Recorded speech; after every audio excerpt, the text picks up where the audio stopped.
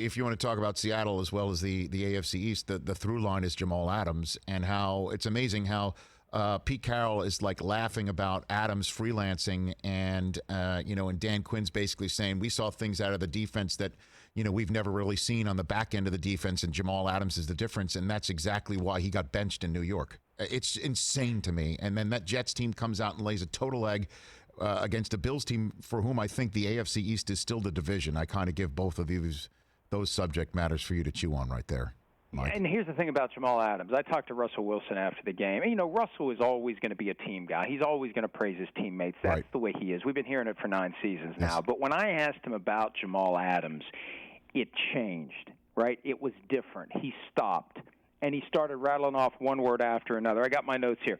Leadership, energy, focus, discipline, execution, Hall of Fame, championship player. And, I mean, each word had an exclamation point on the end of it. He loves this guy, and Adams loves being with Russell Wilson and company. Like Adams said after the game, it's nice to be on an offense that can score 38 points. You can't blame him for firing shots like that. You just can't.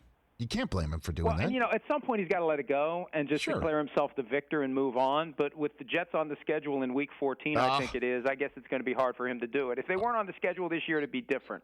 But this is that 1 in 4 years where they cross paths, and so he's not going to quit thinking about the Jets, because every time he glances at the schedule, he's going to see that date in December. And I think there's a new hashtag in this world for the Seahawks offense, hashtag Let Russ Cook. I love that concept. I love it. It's time.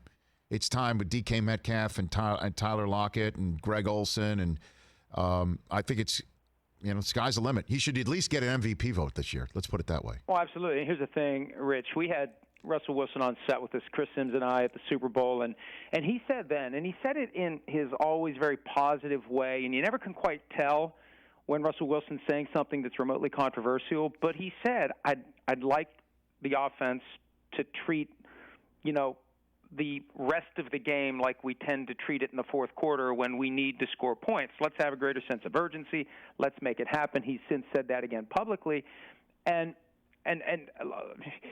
this drives Seahawks fans crazy, but the reality is if they don't hashtag Let Russ Cook, they're going to have a problem with Russell, because he's every bit as good as the best quarterbacks in the NFL, and he wants to have the opportunity to show it, not to be a show-off. But when you have this Ferrari, you're paying the guy $35 million a year. You take it out and you drive it around at least close to the speed limit. And I think that was the challenge for the Seahawks this year, and so far so good. And whatever game plan they put together last week, that should embolden them to do the same kind of thing week in and week out, and let him do his thing, because he really is every bit as good as the best guys. It's just the flair isn't there. With Patrick Mahomes, there's always that element of his hair's on fire. Yes. With Russell Wilson, it's so efficient, and it's more like a cobra strike. You don't realize what he just did until it happens. And the end result's the same, but there's just something about that entertainment value, the are you not entertained? I mean, Russell Wilson does it too quickly for us to even fully appreciate it, and we're going to get to see more opportunities for him to do things that we'll appreciate this year, because he already got it done, and I think they're going to keep doing it. And, yeah, maybe he finally gets an MVP vote this year. Well, because he wants to do it too, Mike. I'm going to put this up on the screen. When he and his wife had a beautiful new baby boy, I tweeted out, to celebrate the birth of his new baby boy, all of @Dange Russ Wilson and offensive coordinators chipped in and got him his own 3rd and 8, and it was liked by Russell Wilson. I got a like out of him for that. Yeah, he wants it, man. He wants it, Mike. He wants it. Well, look, he's getting toward the midpoint of his career. He's said multiple times he wants to play until he's 45. He turns 32, I think, in December. And you start to, with each passing year, as you see what Patrick Mahomes has in front of him, you see what Lamar Jackson's doing, you know that the bar is Tom Brady with 6. Here you are in year 9 with 1 Super Bowl championship and 1 appearance.